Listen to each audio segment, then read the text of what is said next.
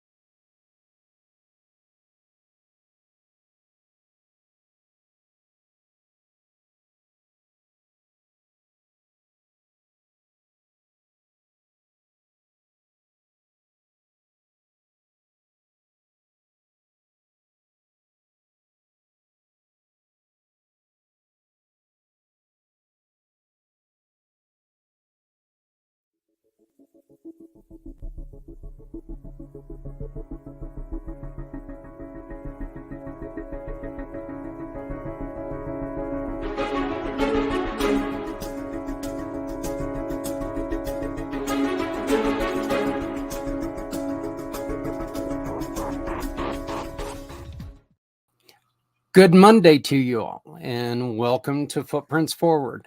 My name is Zach Clayton. I am the president and founder of Community Pay It Forward, Community Dare to Care, and the PAC channels.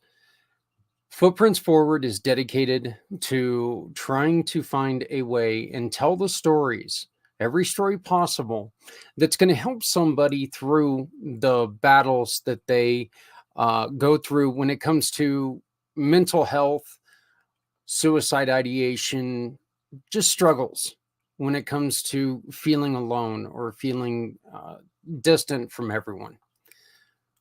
One of the biggest allies that we have in this battle are nonprofits.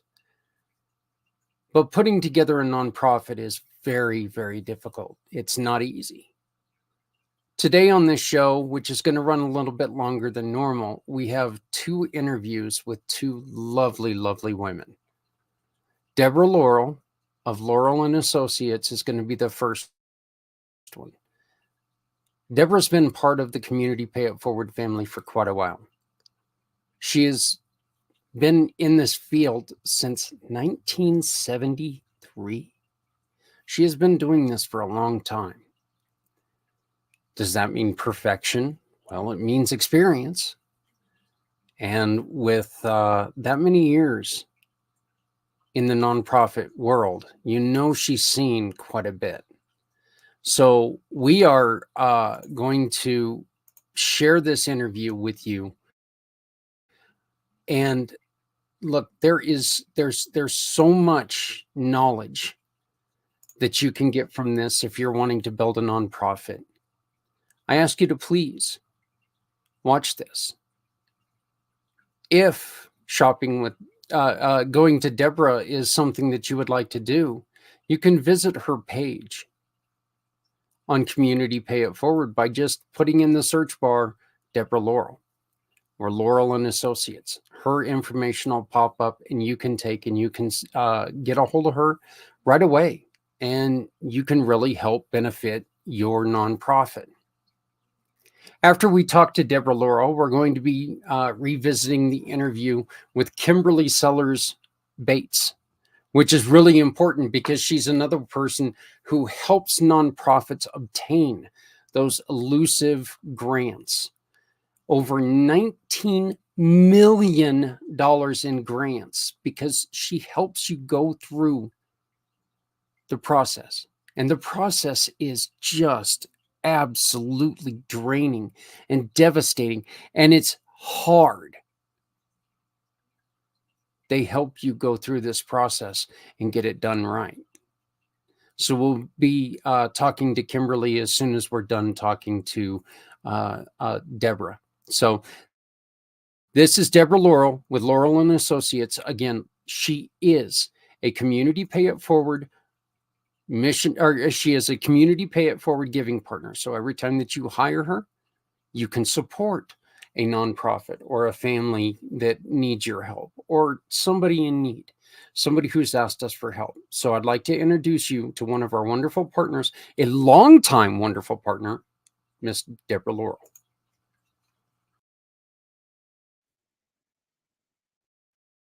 Deb has been with us for a couple of years now, Deb, and her program is so important because her goal is to help you help others with Laurel and Associates. Sorry about that, but Deb, you started Laurel and Associates really to try to help nonprofits be what they can be, right? Right. I work with nonprofits as well as for-profit, but the bulk of my clientele since 1973 has been nonprofits. 1973. So you're not new to this game. You've seen many changes, right? Yes. Yes. How difficult is it to keep up with all the changes? Because nonprofits change just about every day. And every day I get different periodicals and emails that I have to keep up with. So yes, it's very hard to keep up with what's going on. Is there anything from the past that you kind of miss, or is there anything in the past that you're glad that was changed specifically? Specifically in relation to nonprofits or in general? Yeah, let's just go with nonprofits for right now. Yeah. Proliferation of nonprofits every day. More nonprofits are being created, which on one hand is great. I'm glad that people are so driven and mission oriented. On the other hand, it's not so great in that very often those are started from the heart, and the person who's starting it doesn't really know how to run a business, and a nonprofit is a business. Yeah. Yeah, one of the things that I like to say the most that people don't understand is nonprofit does not mean no money for the people who work there. And as a matter of fact, if you've got a nonprofit that nobody's taking a paycheck, you know, a lot of times it's ran like a hobby. It's not really ran like a business, and you can't, you need somebody to be there and love, live, and breathe that organization to make sure it keeps running. Um, how difficult is that? Because people start nonprofits because they want to help others. How difficult is it sometimes to make sure that people understand? Look, you've got to have somebody to nurture this from the ground up. I think very often it's hard because we're speaking a different language. The language of the heart versus the language of business doesn't mean they can't coexist, but to say to someone, you've started this because of some tragedy in your life and you are committed to this, well, it takes more than being committed. You need funding. How are you going to get funding? How are you going to market this? How are you going to find staff? Are you going to do this all by yourself? To have those conversations can be certainly eye-opening for the person who is starting the nonprofit, and can be devastating if they don't pay attention to it. Because I read about nonprofits going under all the time. Yeah. And I think that that's one of the reasons why I'm so glad to have you in particular with us and with this program, is because we can offer them a chance to, at least get a little bit rolling with the way that we work. We send people to you, we get a referral from you, and then 80% of that referral goes to a nonprofit that your new customer chooses. Um, I think having you and having that insight and having the experience working with nonprofits, I think that's a wonderful fit. What is one of the mistakes that people make the most when they come to you wanting to start up a nonprofit?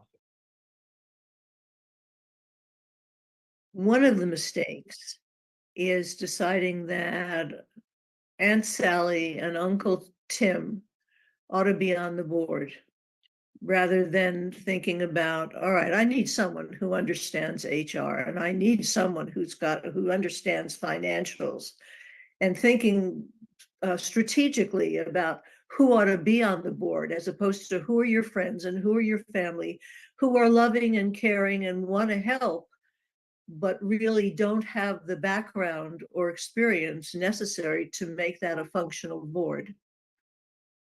I have firsthand experience with that. When I had a nonprofit, I got together with people who I thought were of like mind, and I didn't really look into what their um I didn't really look into more of who they were. And I ended up having something happen when I tried to start a nonprofit that it it almost destroyed me, and it almost made me not want to not want to help people. Um, and it really was something that it took a long time to bounce back from that. And it's because I did exactly what you said. I hired really, really good friends, and not only did I lose a lot of friends in the whole ordeal, but I also, it almost caused me to give up. And I don't think people understand that, you can have a passion project that can really interfere with your own life, and it can be quite damaging to your life. So one of the other things that I know a lot of people like to do is, well, I'll just have my significant other be the treasurer, and that's not allowed, is it? Not a wise thing at all. Yeah. Yeah. Is it legal? Can you do that legally? I thought that was illegal to do. I don't know the legality of that. I'd be uncomfortable saying. Oh, okay. Yeah, I think if I'm not mistaken, and I may be mistaken, but I was thinking that it wasn't allowed here in Colorado. And again, I could be wrong on that, but I know that you're right. That would be very wrong. It's just like having only one person who is allowed to, you know, having the dual people sign the check is so important, because that way, you can make sure that things are going a proper way. Um, and what are some of the other really important uh, uh, things that people should consider when putting together a board? Well, you do want to think about your HR and your financials and things like that. If you have an attorney, someone who knows the law, could answer that question, would be nice to have them there too. One of the other concerns is who's the chair of the board. And again, very often the person who's made the chair is just a friend of the founder. And if we're really blessed and lucky, that person understands leadership and understands how to build a team and how to assign roles and knows not to start to try to micromanage what's going on in the nonprofit itself. But that's rare. So I help executive directors and I help chairs of the board learn those leadership skills and those team building skills so that they don't run into those difficulties. Can you give us a little bit further exploration into Laurel and Associates, and let us know some of the wonderful programs that you guys offer and some of the lessons that you guys are willing to share? Well, those are two or three questions. Let me take them in turn if I remember them all. The leadership training and coaching that I do is to help the chair define the role of the board, define their role, learn how to run a meeting. So often meetings are held, they go for hours, there's no agenda. If a decision is made, no one remembers it. And it's a good way to burn out the chair and the board members. Very often board members are brought in without a clear understanding of what their role is. So I help define that. And we do some team building so that people know what are the strengths of the various people involved in the board. Who do you go to for certain answers when you have certain questions? So we do team building. For the executive director, it's really sitting down and looking at where are the likely problems going to occur. All right. If you rely on volunteers, how are you going to find them? How are you going to create an environment where they're going to feel valued, appreciated, want to stay and do their best? How do you create an environment that supports that? What do you do if a staff person, how do you find staff people? So helping that leader think through all the things that go into running the people side of a business and the organizational structure and culture of the business. So those are all areas that I get into, Laurel and Associates. Some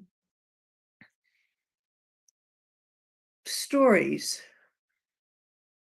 I worked with one nonprofit where there were two people who were running it, and they had a third person who was a staff person. And they kept assuming that staff person knew what was going on. Now, these two happened to be married. So they had all kinds of conversations that poor staff person wasn't privy to. And yet they were feeling that staff person wasn't carrying their weight and wasn't committed to the organization. The poor person had no chance. So, sometimes we'll come in and do an assessment. What's going on? What's causing that? What's the root cause of it? I mean, the obvious problem seemed to them, we've got a bad employee, we should fire him. Well, no. The organization was set up for that person to fail. So we have to open up communication and make people aware of that. I've come in when there have been staff mutiny against an executive director. and to come in and find out, all right, to survey both digitally as well as face to face with the different members of the staff. What's going on? Why did you come here? What do you like about it? What gets in the way of you being able to do your work? What are your concerns? And then to be able to hold a retreat with everyone so that there can be a talking session that's safe for everyone, psychologically safe for everyone. So those are some stories. And then we have others. I did a 6-month strategic planning for a large nonprofit, and we had 80 members of the community involved, and I was facilitating 6 different task forces, and then having to bring all of that together to the board and conduct a board retreat to present the report and have them make decisions based on the community input. That was exciting. Matter of fact, that strategic planning process won an award. Oh, wow. Well, congratulations on that.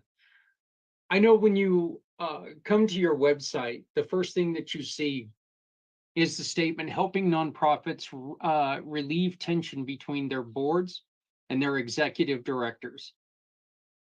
Everything that you just said is all about that. I know a lot of times, as being like the president or the founder or whatever, your vision is so clear, and it's easy to forget, like you mentioned with the husband and wife thing.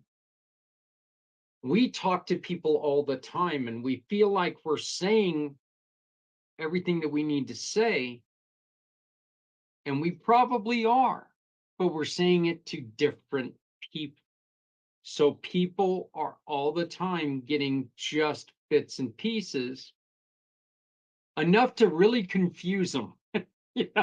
So they're like, they sit there and they get a piece of it and they're like going, well, that sounds wonderful, that's great, but what are you talking about?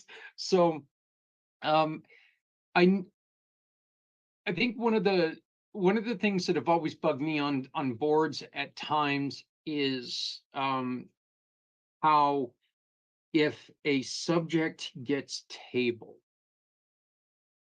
um meaning held over, for those of you who have never been in a board meeting, but if a subject gets tabled and it gets tabled over and over and over again, that's kind of a point when they ought to take that back to the drawing board, right? Is there a time when you ought to take something and you ought to take it off the table and say, look, you got to rework it because we're never going to come to a consensus with this? Is there, when should that happen? Well, you're talking about it coming up again and again and again. I Yeah, mean, if it yeah, comes one time and it's tabled, that's a time for whoever's proposing it to go back to the drawing board and think about, well, first of all, to pull the board members aside to find out what their feelings are about it, if it hasn't already been discussed, and hopefully it's been discussed. So yeah, that the person who's proposing it knows what adjustments need to be made if they are open to making those adjustments. But to keep running your head against a brick wall, it just makes no sense. yep, yep. Um, and yeah, I know that I was in a series of meetings where the same thing came on the floor for probably about 6 months. And I was just, I was just the adjutant at this time, so I didn't really have like a whole lot of say in it, but it was kind of, I finally went to the person who was talking about it saying, take it out and rework it. Look, you're listening to what people are saying, but if we're just, if we're tabling it, there's something missing that's not catching their attention. We need to make sure that we're plain and clear. And unfortunately, my accident happened, and I never found out what happened with the result of that. But I was no longer on the board anymore because I was out with a broken neck at the time. So um, when it comes to a director who walks in thinking that not I'm sorry, not a director, but someone who founded the organization, when they walk in and they think that, look, this is mine, that's not true. This belongs to everyone at that point in time. Isn't that correct? That person had the vision. Right. That person may help create the organizational culture, what the values of the organization are to fulfill that mission. But that person can't do it alone. And Right. that's where it comes to sharing. I just wrote a blog about giving away your baby. That the founder or owner comes in holding close to this idea, and doesn't look around to see, well, who can help me? And I mean, that's a recipe for burnout and illness for that founder or owner if they don't start to delegate certain tasks, and they're going to lose good staff. Because if they don't delegate and they don't give them some decision-making authority, and in my blog, I talk about different degrees. You can tell somebody, handle it, I don't need to hear about it, or handle it, I need to hear about it, or tell me what you think should be done, run it by me, I'll tell you yes or no. I mean, there are different ways to delegate. So if that founder does not give up the reins to a certain extent, it's a recipe for failure for the entire organization. And it is very, very, very difficult to do. It is very difficult to do that because you're right. You're going to be talking to someone who is looking at this organization like it's a child. It's one of their children, and they're going to protect it because, you know, this is what I want to see it. But they got to understand that, you're right. I heard a saying once that, a person with a business that has one employee is not a business that's worth that one employee. It's just, there's too much to be done. I know that there are business coaches all over the place that say, put a value on your time and tell me, you doing the social media for your company, does that match the value for your time? Sending out the emails, does that match the value for your time? It's really hard to get that across to somebody. What do you do to make them understand that? I actually have them go through a kind of a grid. What are the key things that you're doing? What of these are high priority based on your goals? Okay, the ones that are low priority based on your goals, you ought to be delegating right away. Now, the high priority things are there pieces of that you can delegate. So helping them see it in writing and work it through can be very useful for some people. The other thing is I have cush balls. All right, how many cush balls can you keep in the air at the same time without them crashing down on your head? So if you're doing it all, what's being done poorly? What's not being done at all? And is that okay? What are the consequences? Yeah. But somebody has to be open to hearing it. And I think that's a key. When I was mentioning the mutinous staff and that executive director wanted to make things right. if he hadn't, if his head had not been in that place where he was willing to hear the criticism, take it constructively, do something about it, that would have been the end of that nonprofit. One of the ways to prevent that from happening is be a little open to other people's suggestions, right? Absolutely. To realize that you don't have all the answers. You may have the vision, but other people may have a much better idea of how to get there. Or they may have certain skill sets that you don't have that you ought to take advantage of. Yeah. And that goes into deciding, all right, what kind of staff do we need? What are the skills and capabilities that we need them to have? And if we're going to have volunteers, ask the same question. You know, a lot of people think volunteers, all right, we're stuffing envelopes or we're doing some, I don't want to call it grunt work because it's all important work, but it's routine and it's not challenging. And yet we have people in the community who volunteer who have all this expertise, you know, to find out, to make sure you know what that is so you can use it. Because it doesn't matter how strongly you feel about the mission of the organization. If you feel unvalued, if you're not challenged in a positive way to use your skills and abilities, there are a lot of other nonprofit organizations that you could put your energy into.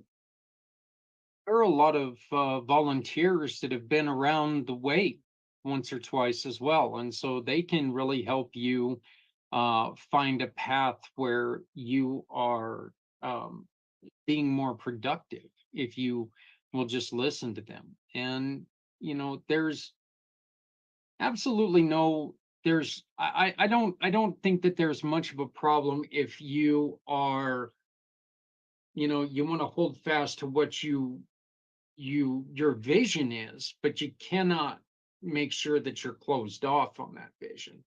you know um I know that I've been approached a couple times on the way that I have community pay it forward set up, because I'm letting go of too much of the money. And that's something that it took a long, long time for me to back down on that, even just a little bit, because I wanted to make this special.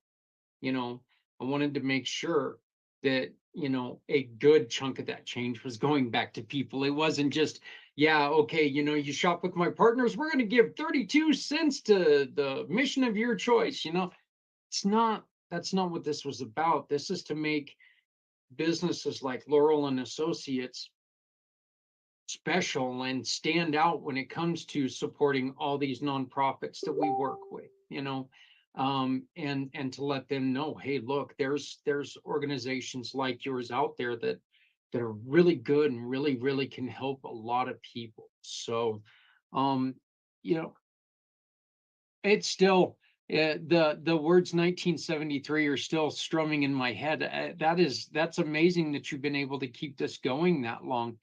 Um, what keeps you going?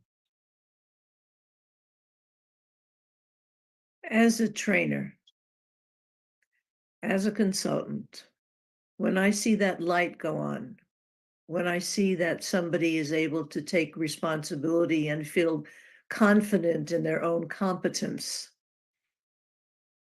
that's what keeps me going on.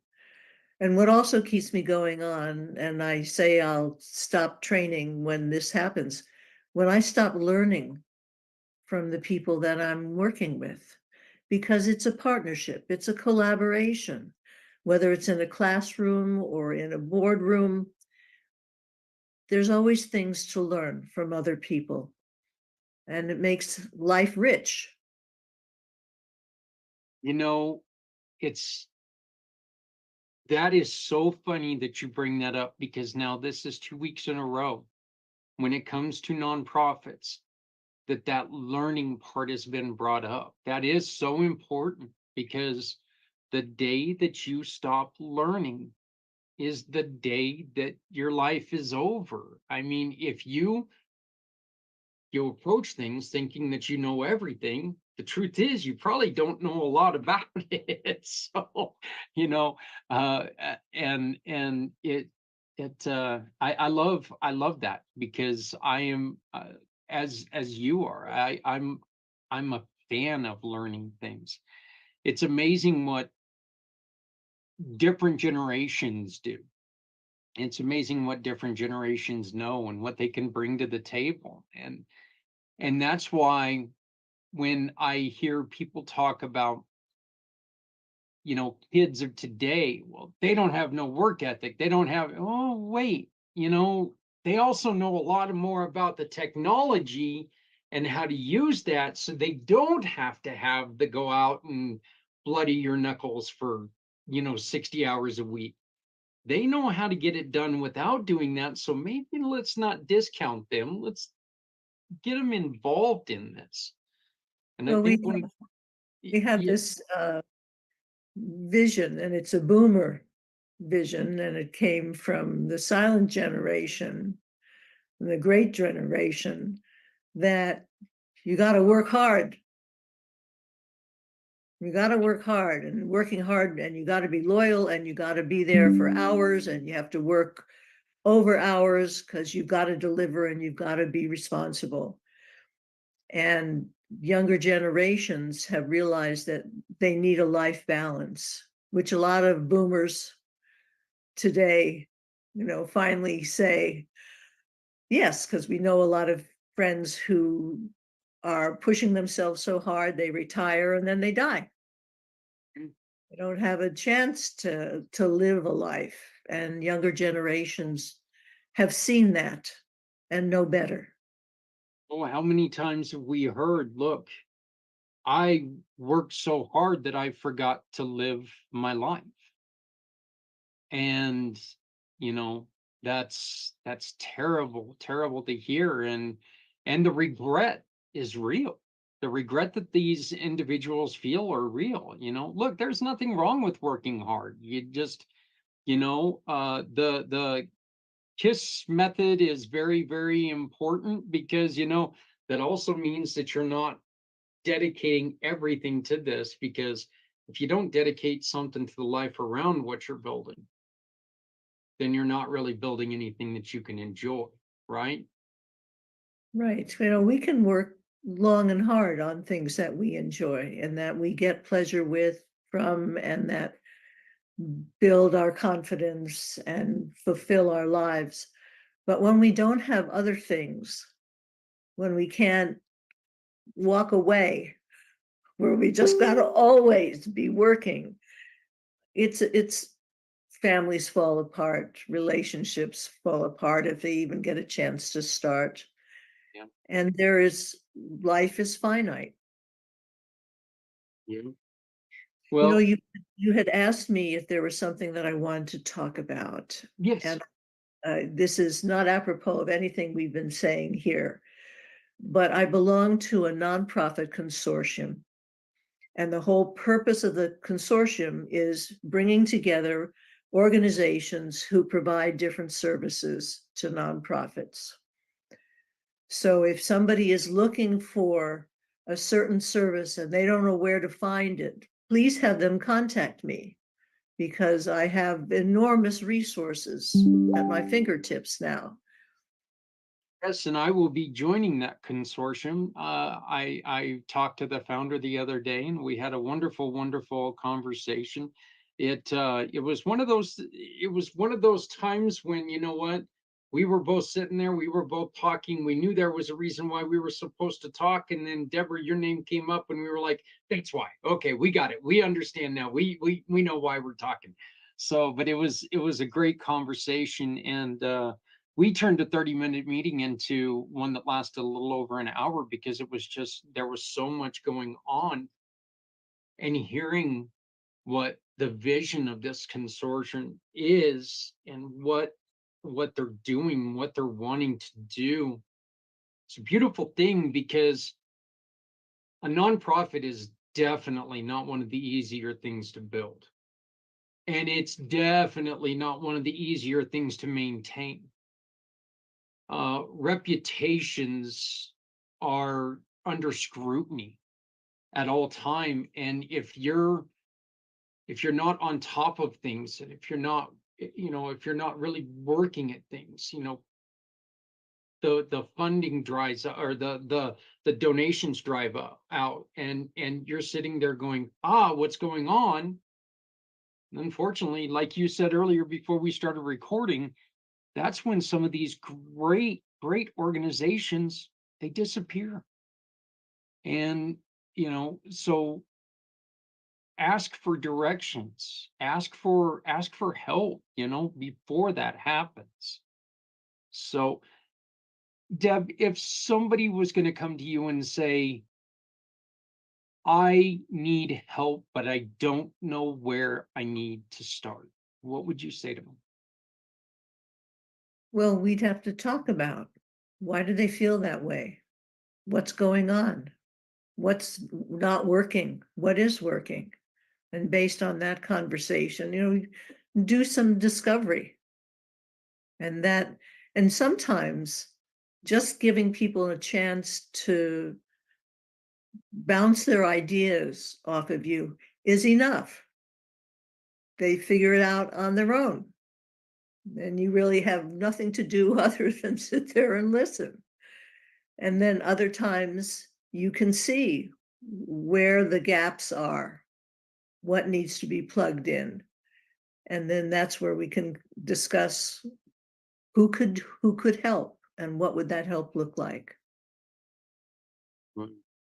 Debbie, I want to thank you very much for your time today, and I'm glad that we got to reconnect, and we reconnected a little over. I was one of those guys that 2023, I ended up, my health suffered tragic, terribly, because I was throwing everything I had at this program, and I wasn't trusting in myself. I wasn't trusting in people who were trying to help me, and I wasn't trusting even in the technology that was available. I was trying to do things uh, in a shut down manner, and the only thing that shut down was myself and my own body. So being able to hook up with you and reconnect with you and talk a little bit more about this, being able to add this video to your page and get this out for you to share and talk about all the good things that we're doing together.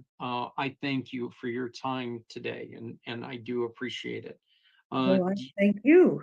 Yeah. Do you have anything else that you would like to tell some people out there? Is there any last words you would like to speak to them before we shut the interview down? We've talked a lot about the negative aspects, the Yeah. things that go wrong. Let's just keep in mind that there are wonderful, wonderful charitable organizations and nonprofits who are run smoothly. Their boards are functional. They're serving their target audience and clients, and donors are out there and watching and supporting them. So let's just end on a positive note. I greatly appreciate that. I try not to use these videos as a downer thing, and you're right. And I think one of the most important things, and we mentioned it earlier, when it comes to nonprofits, is generally they didn't start from a good place. They started from a pain point. And the greatest thing about a nonprofit, when it's able to do what it does, is you're able to see somebody at the end who they didn't have to stub their toe on everything you did, because you were able to map out a path for them to follow to get around some of those things. Exactly. And if you continue to work, and if you continue to follow advice of great places like Laurel and Associates, you can do a lot of magic for a lot of people. So you're right. You're absolutely right. There are pitfalls, but the joys of everything really does outweigh. Look, the first time you have somebody cry, cry in front of you, me being a bigger guy, my first thought was, oh my God, did I step on her? And I seriously, that's what I was thinking. I was like, did I step on her toe? Oh God, did I hurt her? And come to find out, she was just extremely happy to find out what we did and how we could help. But that's an amazing feeling when you're able to help somebody. You can get a hold of Debbie by calling her at 608-219-3594. Once again, that's area code 608-219-3594. Or you can email her at dlaurel@laurelandassociates.com. That's dlaurel@laurelandassociates.com. Debbie, thank you Thank you. very much. You are so beautiful, and I love the fact that we got to reconnect. Thank you, Zach. All right, we will be back. I'm really, really glad that Deb brought that last part up. Here on Footprints, one of our goals from the beginning was to take and make sure that, yes, we need to talk about the struggle, because there's a struggle. If there wasn't a struggle, we wouldn't need the wonderful people like we're seeing here. So the struggle is important. But the solution is what we need to focus on the most. And I appreciate that Deb came out and she really made sure that we focused on that. I lost my way there. I forgot what our purpose was. Once again, you can get a hold of Deb at Laurel and Associates.com, laurelandassociates.com, 608-219-3594, 608-219-3594, or dlaurel at laurelandassociates.com, laurelandassociates.com. The second interview I have for you, and again, we are running a little bit late, but this is such an important thing because we want to make sure that any nonprofit out there that is focused on mental health, every nonprofit out there, look, I mean, seriously, if you have a nonprofit that you love, that you support, that needs help, this is a great show to maybe take and send them to. Visit our YouTube channel, visit our Facebook channel. If you need a copy of it, please contact us at communitypayitforward.us, communitypayitforward.us. If you need a copy of this video, I would send it to you without any question. Just send us a message saying, hey, can we please share this with our nonprofit? And I will send it to your way.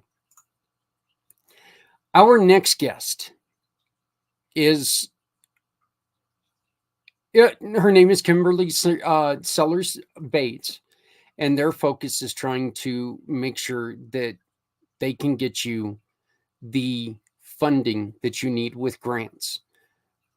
Grants and fundraising is not the only thing that you need, okay? Please understand this. You have to have multiple streams in order to be a nonprofit.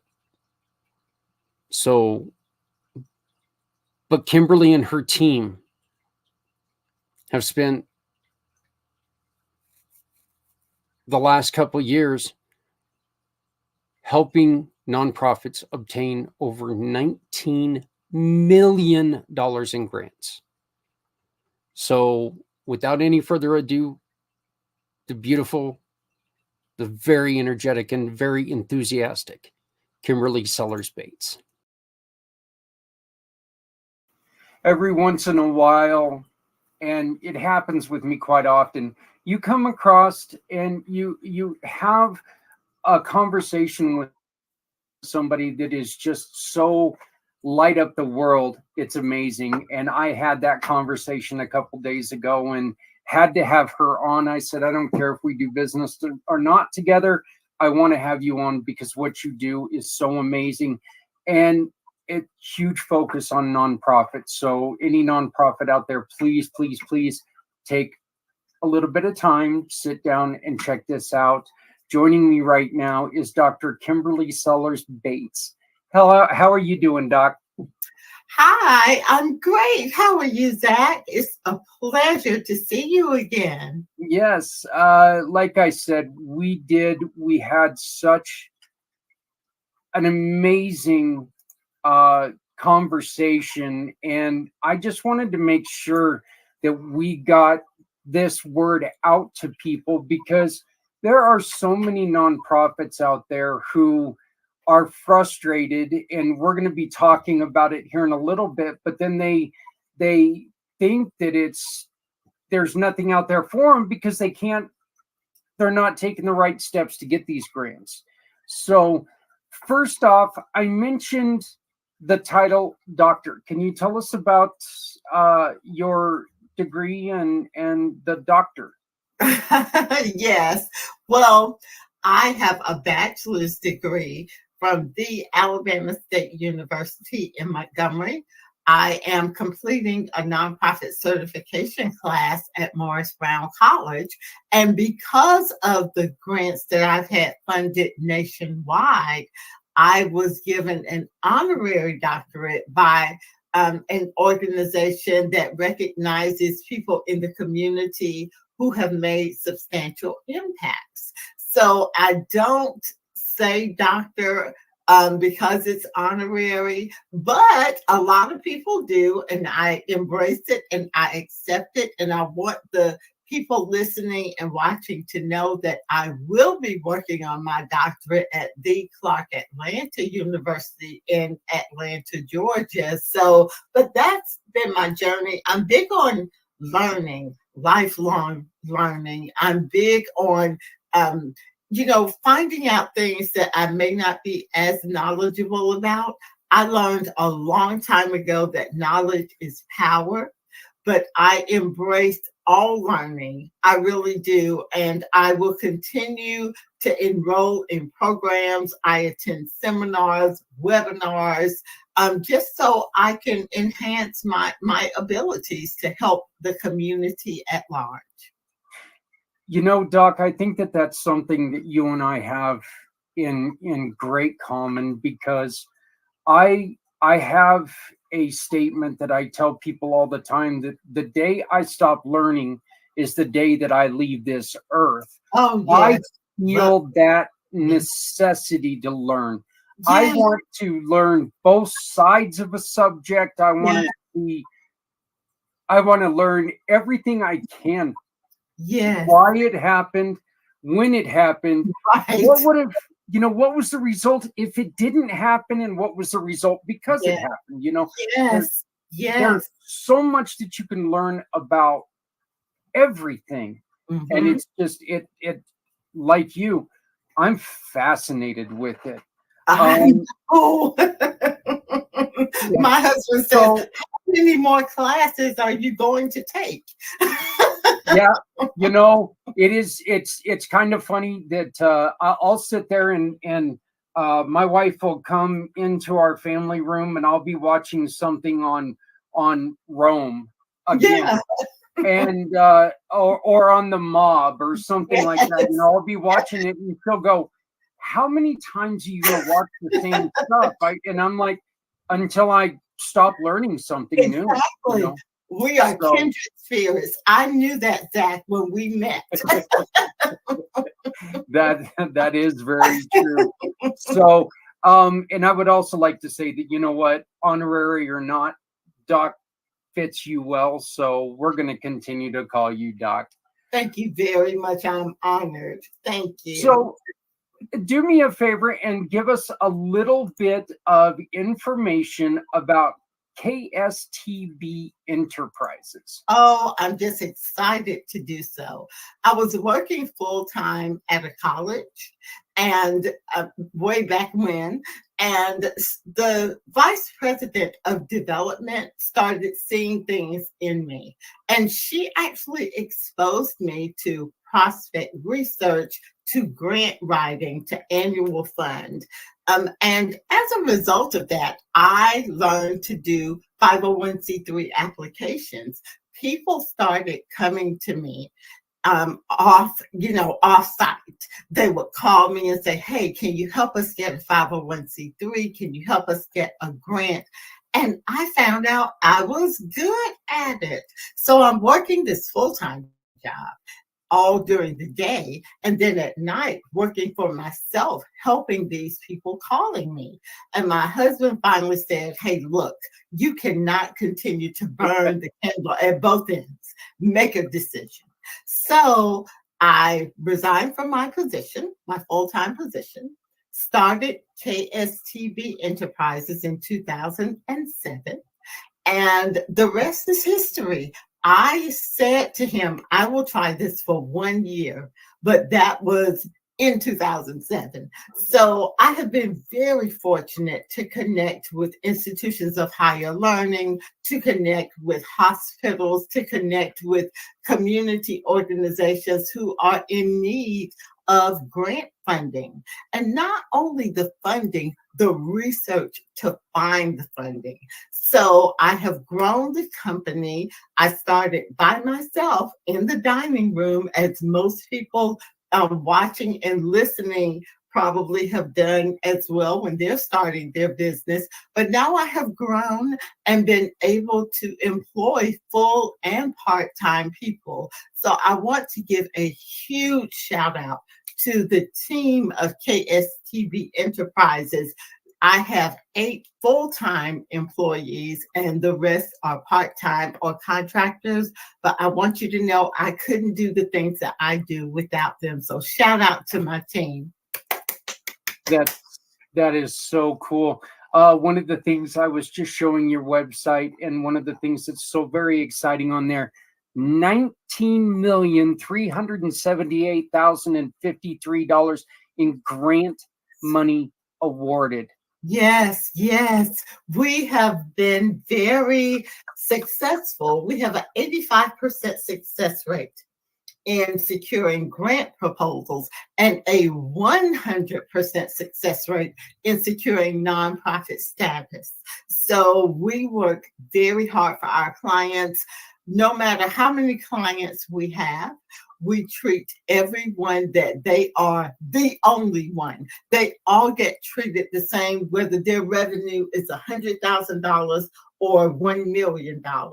We make sure that everyone knows that they are valued in the KSTB family. I got a question for you, Doc, with that. We have ambition on turning Community Dare to Care into and that's our organization where we hand out free outreach to anybody. Yeah. We don't ask any questions. It's if they need clothing, come see us. That's if we've got it, it's yours to take. Yes. I am a little gun shy with putting together a board because I had a very, very difficult time with a board. I'll explain to you more offline, but what are some of the things that somebody is putting together a nonprofit? What are some of the things that where should they start? Where should they go first? Absolutely. The first thing I need for them to do is determine what their mission is. You need to know what you're doing before you bring other people in. I will tell you that I have notebooks in my office that I started in 2007. So each year has a notebook. I write everything down, my goals, what worked, what didn't work. I had to have my infrastructure in place prior to starting my company, but B, I also have a foundation. So before I put anyone on the board, I decided this is what the foundation will do. These will be my priorities. This is how much I need. in terms of funding. So after you figure all of that out, that's when you can open it up and say, hey, I'm looking for board members. Most grassroots nonprofits start with family and friends. And they do that because they are trying to make sure, hey, these people are on my team. And you have to be very careful when you select board members. So I would get the infrastructure in place first, have a starting board. You don't want to have an initial board with 10 people, 20 people. Everyone has a difference of opinion. They might not always be on board with what you want to do. So get your infrastructure in place first. Know what you're doing, know what your focus is, because when they come in and start putting other ideas in your head, it becomes very difficult. So I was fortunate that when people, and they still be trying to whisper in my ear, you should be doing this. You know what would be a good idea? If you did a travel agency, blah, blah. You know what? Why would I do that? I'm an expert in my field. I'm not trying to do all these other things. So get your infrastructure together first. I absolutely 1 million% agree with you. And I think that's one of the reasons why I'm taking this so slowly, but so I'm trying to make sure that everything is to the T to where it's not going to happen. Oh, look who popped up again. Look, not coming at me like it did before. Yes. You have let's go on ahead and let's get back to KSTB Enterprises. One of the problems that people have is they'll say, you know, I talked to a grant writer and they said that we're not ready, or the grant writer couldn't find anything. Yes. That's a problem with the owner or with the board itself, right? They haven't done their homework. That's a very interesting question, and I'm so glad that you posed it. I work with my clients to make sure that they are grant ready. When they come to me and they say, oh, well, I had a grant writer and he or she didn't do anything. Okay, well, let's talk about that. Let's see exactly what they did, what they weren't able to do, but more importantly, why. First of all, KSTB has a robust database of funding opportunities. We get a data dump every night at midnight telling us about the different private foundation, city, county, state, and federal grant opportunities. Now, with that, you have to be grant ready to submit a competing application. So, in addition to some of the grant writers not having access to a database, they may not have a big pool of funders for you to look at. Now, the second thing is, are you grant ready? Do you have an audit, which some funders want that. If you're just starting out, you may not have an audit. But if that's a requirement, we stay away from those opportunities. But there are so many other thousands of opportunities. Do you have an active board? Is your board engaged in what you're doing? Are they committed to your organization? Do you have programs? Okay, are these programs relevant? Are they making an impact? How do you know? Where are your objectives? Where are your outcomes? Have you had everything analyzed and so on and so forth? Those are things that you need to do to ensure that you're grant ready. Do you have financials in place? Basic things. Do you even have a bank account? Are you on GuideStar? If you are, do you have a seal of transparency? We can do all of those things for you, but before you come and say, my grant writer didn't do anything, have you looked at yourself? So one of the things we do when you first come on board, and we insist on this, is a fundraising plan. Where are you now? Where are you trying to go? But more importantly, our plan gives you how you're going to get there. You get a grant calendar. I said earlier, you need to apply for a minimum of 2 grant proposals per month. How active is your board in fundraising? Fundraising should be on the agenda for all board meetings. We come in, we do our report for you. We don't have to stay for the entire board meeting, but we do come in for the fundraising piece. Does the board receive the information that they need to make decisions, to make sure that the organization is propelling itself forward? Is it sustaining itself? Do you have a strategic plan? So when I say, are you grant ready? People contact us and they say, oh, we can't wait to work with you. And then we really start working with them. And the first thing they say is, wow, we didn't realize it was going to be all of that. But again, if you go to our website and you see the amount of dollars that we raise for our clients, you will understand how they were positioned to get there. You would not have raised $19 million for organizations if organizations were leaving money on the table, would you? Oh, goodness, no. We do not allow you to leave money on the table. We have weekly meetings with our clients, and in those meetings, we talk about, hey, let's pull out your grant calendar. These are the things that are available. Also, these things have popped up. Also, have we done our calendar in terms of annual fund? You see, we do more than grants at KSTB. It takes 4 funding streams to sustain an organization. That's annual fund, which is individual giving. That's the fastest way you can get dollars in the door. We have a text to give program where we position you to get donations directly to your bank account from text messages. So annual fund is the first funding stream. Of course, grants, signature fundraisers, and corporate sponsorships. The ideal dollars that you want are general operating. So when you do a signature fundraiser in your annual fund, all of those dollars go to general operating.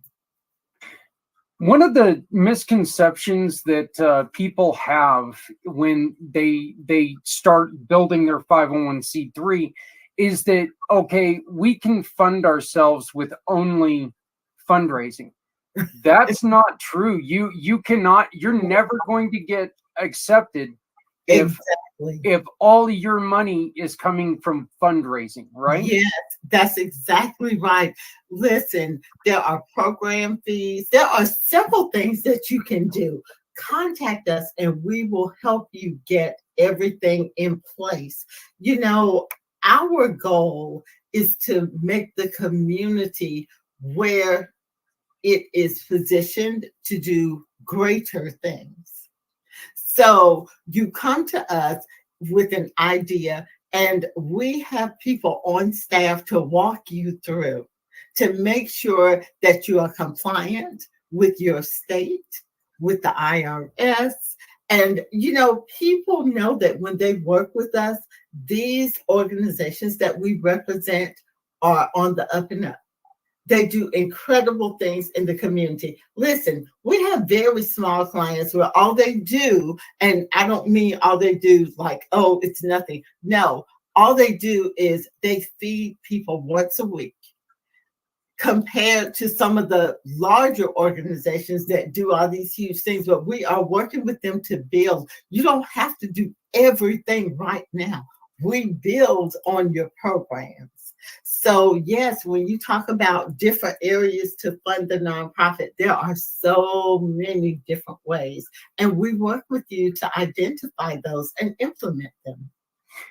Yeah, and that's the reason why things like corporate sponsorships, like, that's one of the reasons why a lot of times you see like thrift stores tied to these organizations, because you have to have an income stream coming in.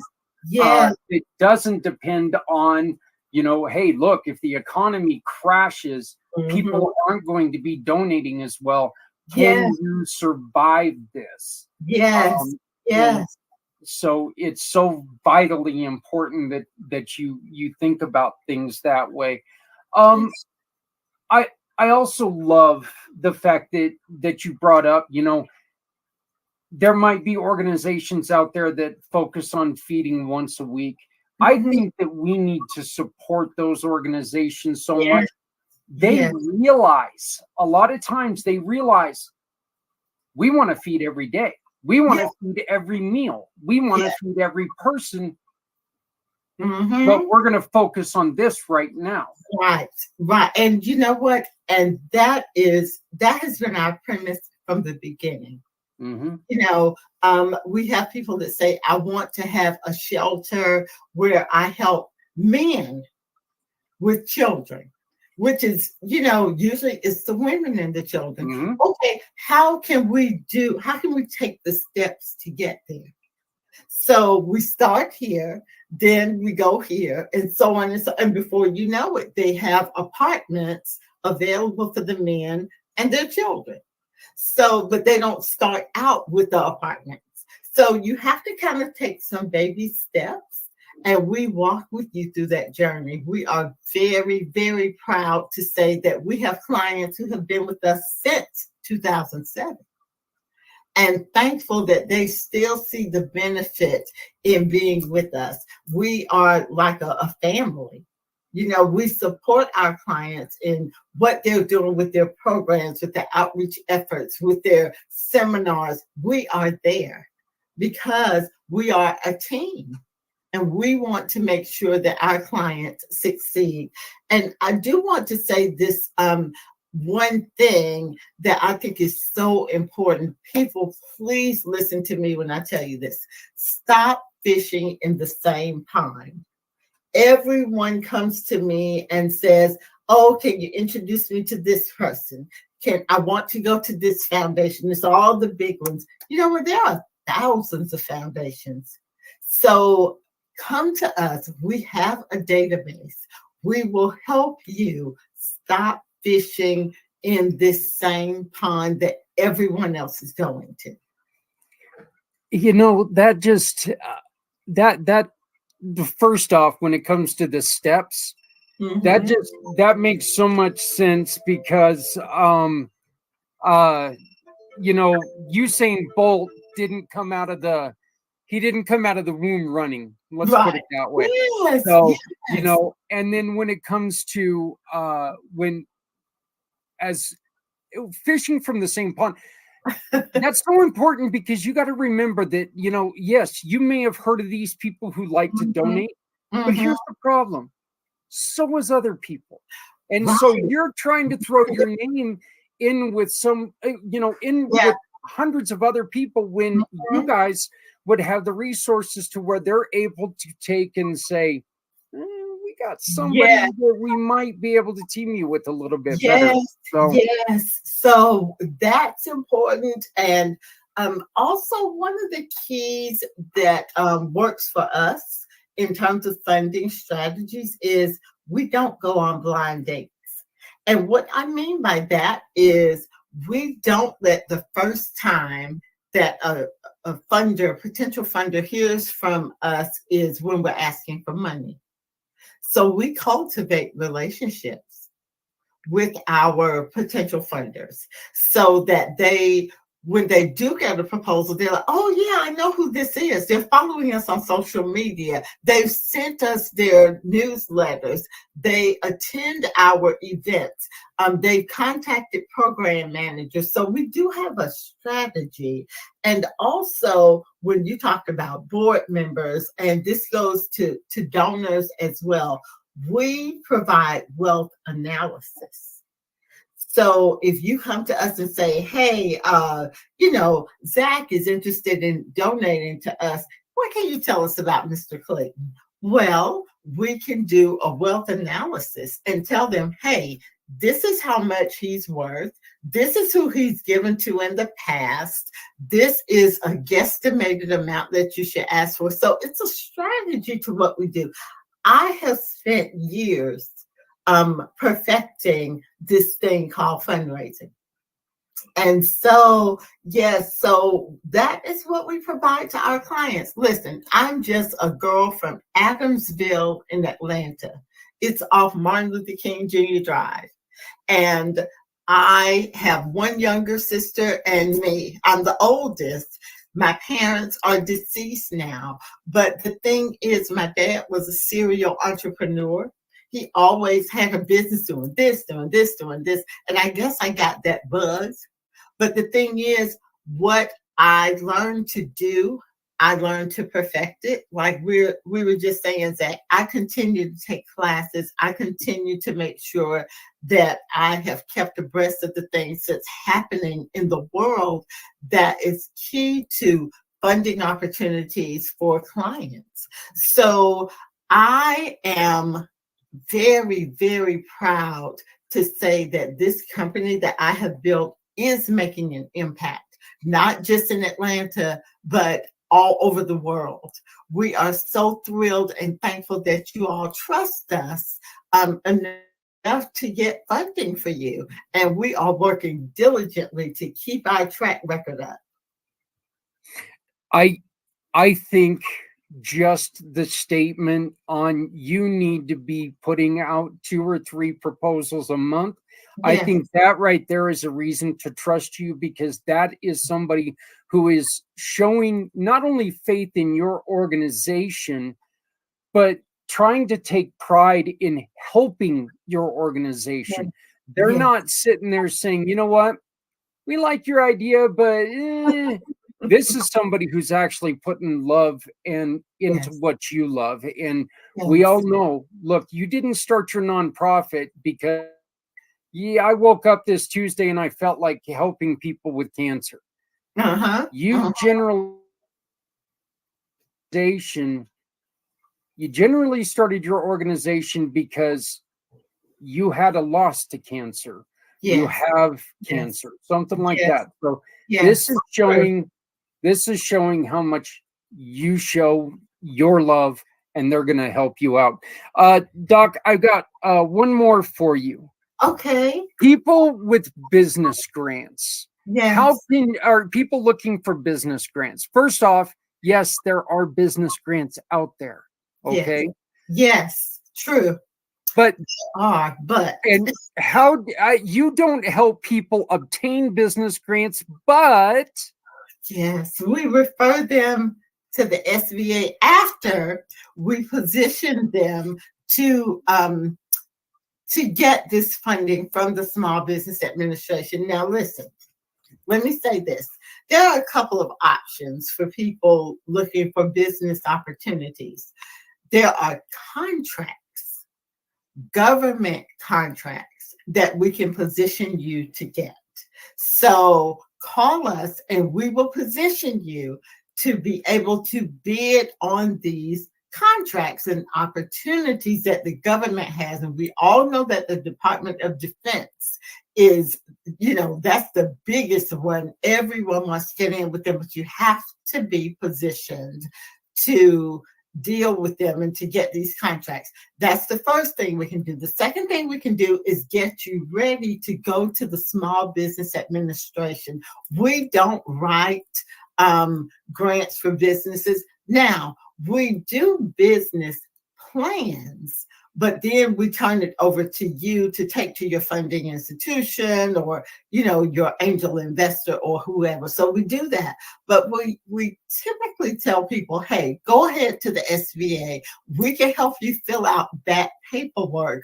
But in terms of going to a potential funder, that's not what we do. But again, we will do your business plan for you.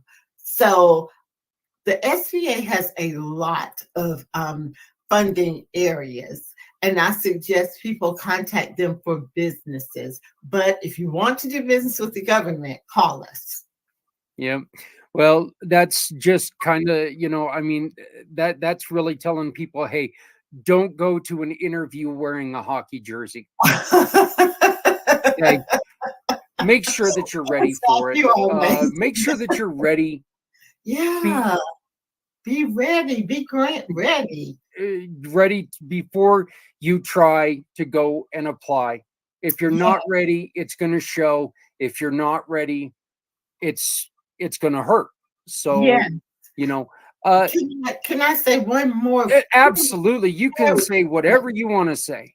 In terms of going to funders, we provide prospect research profiles. That's actually how I got my start. So if your industry is feeding people and you need to know, okay, who should I be going to? Contact us. Whether you want us to write the grant or not, let us at least give you the prospects to know who you can go to. If you're meeting with an individual that you want to be a donor, don't go to him blindly. Come to us. Let us do the research and present it to you so that A, you'll know who you're talking to, B, you'll know their capacity to give, and C, you'll know whether or not they're even interested in an organization like yours. Listen, we can't waste time when it comes to doing things in this community, in your community, for the population that you're serving. Just because you heard that AT&T gives out grants doesn't mean that they give to your organization. Yeah. So contact us and we'll match you with potential funders. There's money out there. Yes. For more things than you realize. Yes. There are a lot of them that get overly publicized. We know that there's a lot of things out there for people of color or yes. But these are the ones that are always publicized. Yeah. You don't know about, you don't often hear about the ones that are for women business owners or left-handed business owners. I know for a fact there are grants for left-handed business owners. There are. One of the things that when we were in the pandemic, it was surprising to me that more people didn't come to us for those relief funds. Mm-hmm. A lot of foundations changed their focus just to be able to work with organizations during the pandemic. So follow us on social media. Go to our website. I blog. I do interviews. I'm always saying, giving you fundraising tips and things that will help you. Corporate governance with me is huge. So I have a training module where I will come to you and train your board. I have a nonprofit coaching session where we will come to your office and train your staff. So we are running the full gamut here. And Zach, meeting you has been one of the biggest blessings of my life, because I met you last week, and now I can't even imagine not knowing you. You are a phenomenal man who has a huge heart and a passion for serving others. So we want to thank you from KSTV. Thank you so much for recognizing us, but we want to recognize you. I thank you for that. We're still trying to find our stride, but when we build the kind of connections like we're building with you, like we built with other people, just to throw her name out there, because she is like you. Talking to her is like talking to sunshine. Marie Barney Boston Foundation, another wonderful person. These are just to be in the spotlight. These are the organizations that need to be known. And I'm going to tell you again, and I do say this often, okay, but this is so very important. Folks, we know that donations are so important for nonprofits, but going to the leader of nonprofits and say, hey, have you heard about KSTB? Yeah. Have you heard about them? Because you know what? We saw them on a podcast, and we know that you've been struggling to find grants. Yeah. That is so important to them. Yes. I mean, it's more important than you'll ever know. Talk to them, talk about them. The Yeah. more people know, the better the result. The better the result. So So much, Zach. Please contact us. We are here. We answer our phones. So, and we respond to email. So please contact us. We are excited to talk to you all. And Zach, please keep up the good work. And I will be wearing red next Friday. yeah, like I said, it comes across a lot of times like I'm just dressing down, but I'll always wear my red on Fridays. I'm always wearing a red shirt and a red hat on Fridays.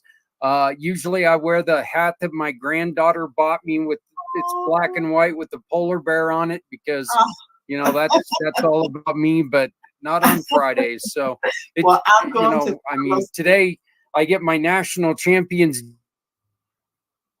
and my devil's hat. So okay, Doc, people can call you at 770-756-7565. Once again, that's 770-756-7565. Or they can email you at kstb@kstbenterprises.com. kstb@kstbenterprises.com. You can also please visit their website. It's a beautiful, beautiful website full of such inspiring numbers. ktsbenterprises.com. Do you have any other words of wisdom you'd like to share before we end the show? Yes, I want to thank everyone for planting seeds that grow trees whose shade you may never enjoy. I think we couldn't end on a more perfect note. Thank you, Zach. Thank you, Doc. We look forward to working with you and your team for a long time to come. Same here. I'll talk to you next week. Sounds great. Thank you. Bye.